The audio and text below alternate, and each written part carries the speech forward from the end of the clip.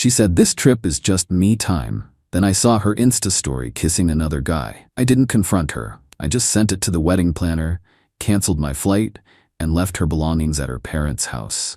Hey viewers, just a quick thanks. Over 14% of you are already subscribed, and it means the world. If you're new here and enjoy these stories, join the family by hitting that subscribe button. We're on the road to 10,000. So this happened 2 months ago, and I'm just now feeling like I can write about it without losing my mind. Still can't believe how fast everything went sideways. My fiancée Rachel and I were supposed to get married next month. We'd been together 3 years, engaged for 1. I'm 29, she's 27. Thought we had everything figured out. Guess I was wrong about a lot of things. I'm an accountant, she works in marketing for some tech startup. We live together in my condo, but she keeps her own place too since we both like having some independence. We split dates and shared activities but maintained separate finances mostly. Everything seemed normal until about 3 months ago when Rachel started talking about needing space before the wedding. I just feel like I haven't had time to be myself lately, she said one night over dinner. What do you mean? Like we're always together. Planning the wedding, hanging out at each other's places, working. I feel like I've lost my independence. Rachel, you still have your own apartment. We don't live together full time. I know, but it feels like we're heading that direction after marriage. I need to make sure I'm ready for that level of commitment. That's kind of the point of marriage. Being committed. I know, but I need to make sure I'm not missing out on anything. That I'm choosing marriage because I want it, not because it's expected. Red flag, but I figured pre-wedding nerves were normal. What do you want to do about it? I was thinking maybe I could take a solo trip somewhere. Just a week to clear my head and figure things out. A week before our wedding? No, not that close, maybe next month. Give myself time to really think. Where would you go? I don't know yet. Maybe somewhere I've never been. Somewhere I can just be alone with my thoughts. I wasn't thrilled about the idea, but I didn't want to be the controlling fiancé either. If you think it would help, then okay. Really? You're not mad? I'm not mad. I just want you to be sure about us. I am sure. I just need to prove it to myself. 2 weeks later, Rachel booked a trip to Cancun, Mexico. Solo vacation for 5 days. Said she needed to disconnect from everything and everyone. I'm not even going to use my phone much, just really focus on being present and thinking about our future. Sounds good, babe. I'll miss you, but I understand. Thank you for being so supportive. This is why I love you. The week before her trip, Rachel was acting strange, more distant than usual, spending a lot of time on her phone texting people. When I asked who she was talking to, she'd say work stuff or trip planning. Just coordinating with the hotel and looking up activities. Thought you were going to disconnect? I am once I get there. Right now, I'm just making sure everything's set up properly. Friday morning, Rachel left for the airport. Her flight was at noon. I offered to drive her, but she said she'd rather take an Uber. Less complicated that way. Clean break from normal routine. Clean break? It's 5 days, not 5 years. You know what I mean. Easier to get into vacation mode. I kissed her goodbye and went to work. Figured I'd use the weekend to catch up on some client files and maybe hang out with my buddies. Saturday afternoon I was at home working when I decided to check social media.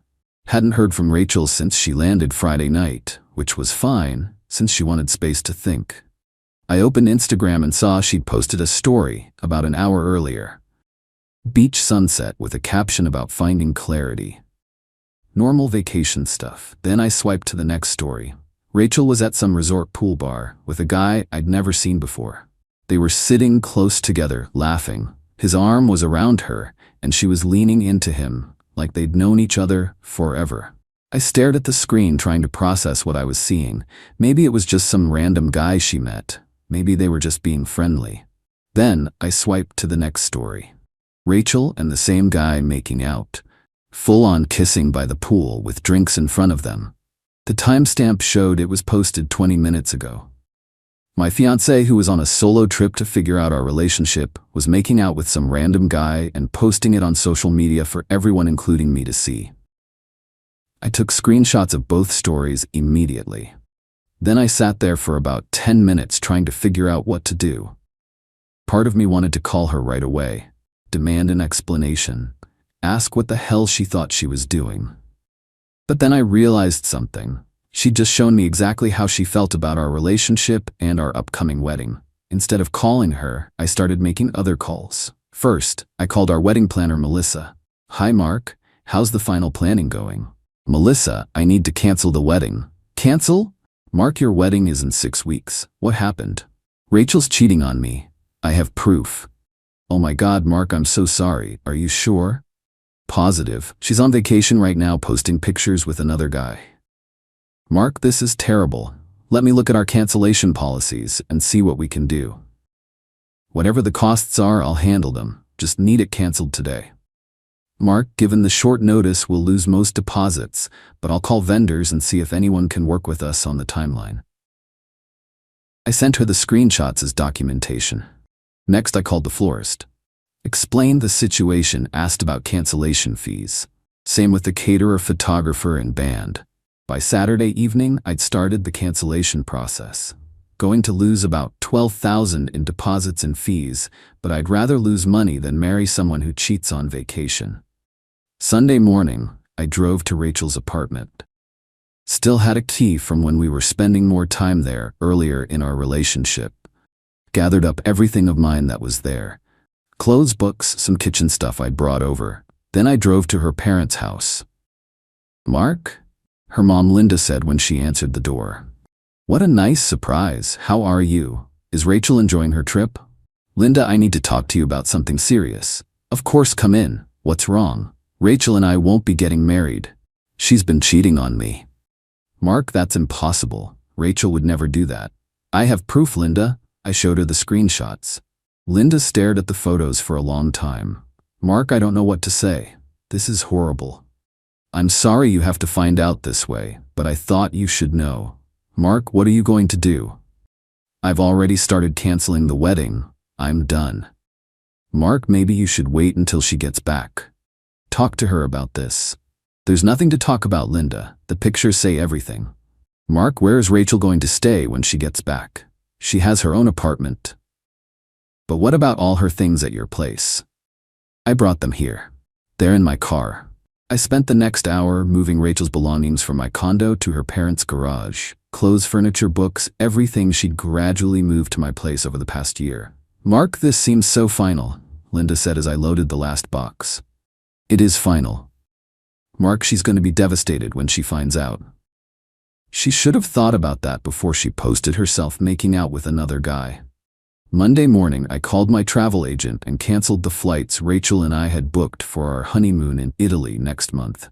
"Mr. Williams, I'm sorry to hear about the change in plans. There will be cancellation fees." "I understand. Just cancel everything." Tuesday, Rachel called me. "Mark, I've been having such an amazing time. This trip is exactly what I needed. I'm glad you're having fun." "Mark, you sound weird. Is everything okay?" "Everything's fine, Rachel. Really enjoying your me time?" "Yes, actually. I'm getting so much clarity about what I want." "That's great. What do you want?" "I want us, Mark. I want our wedding. I want our future." "Interesting. Mark, why do you sound so strange?" "Just processing some things." "What things?" "Your Instagram stories mainly." Silence. "Mark, I can explain." "There's nothing to explain, Rachel. You've been very clear about what you want." "Mark, that's not what it looks like." "What does it look like?" "I met someone, but it's not serious. I was just having fun." "Having fun by making out with strangers while engaged?" "Mark, it's vacation. It doesn't count." "It doesn't count?" "I mean, it's not real life. It's just vacation mode." "Rachel, you're engaged to me. That's real life, whether you're on vacation or not." "Mark, please. I made a mistake. I got caught up in the moment." "You got caught up enough to post about it." "I wasn't thinking clearly." "You were thinking clearly enough to document everything." "Mark, please don't do this. I love you. You love me, but you're making out with random guys on vacation?" "It didn't mean anything. It meant enough to share with everyone who follows you." "Mark, I'll delete the posts. I'll come home right now." "Don't bother, Rachel. I already canceled the wedding." "You what?" "Canceled the wedding. Told the vendors. Canceled our honeymoon flights. Moved your stuff out of my place." "Mark, you can't do that." "I already did it." "Mark, where are my things?" At your parents' house, where you'll be staying when you get back.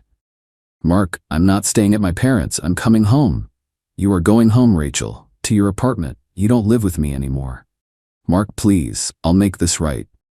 There's nothing to make right. You made your choice. I hung up and blocked her number. Wednesday, Rachel's sister Amy called. Mark, what the hell is going on? Rachel's freaking out in Mexico. Rachel cheated on me. I ended our relationship. Mark, she said it was just one kiss. You're being dramatic. Amy, it was more than one kiss and she posted it for everyone to see. Mark, people make mistakes.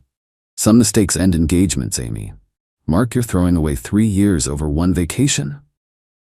I'm protecting myself from someone who thinks vacation cheating is acceptable.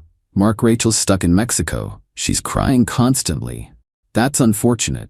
Mark, she doesn't have anywhere to go when she gets back. She has her apartment and her parents. She'll figure it out. Thursday, Linda called. Mark, I talked to Rachel. She's devastated. I'm sure she is. Mark, she admits she made a terrible mistake. Good for her. She wants to make it right. Can't be made right, Linda. Mark, she's young. She got swept away by vacation excitement.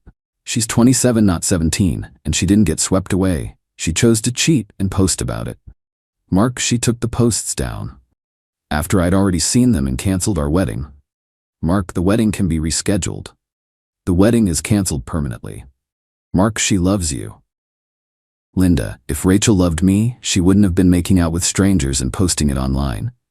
Friday, Rachel came home. She went straight to her parents' house based on what Linda told me later. Saturday, Amy called again. Mark, Rachel wants to see you to apologize properly. There's no point, Amy. Mark, don't you want closure? I got closure when I saw her making out with another guy. Mark, she's seen a therapist. She wants to understand why she did it. Good for her. Mark, she realizes she has commitment issues. Should have figured that out before getting engaged. Sunday, Linda tried one more time. Mark, Rachel's willing to postpone the wedding. Take time to work on herself. Linda, there's no wedding to postpone. I canceled everything. Mark, it can be rescheduled.